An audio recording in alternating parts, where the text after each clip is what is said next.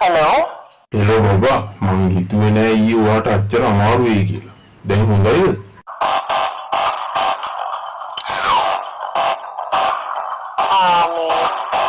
අනේ ඔව් බබා අපි ආපහු යන්නේ නැති වෙනු. කවුද මේ? රොකියා නේද?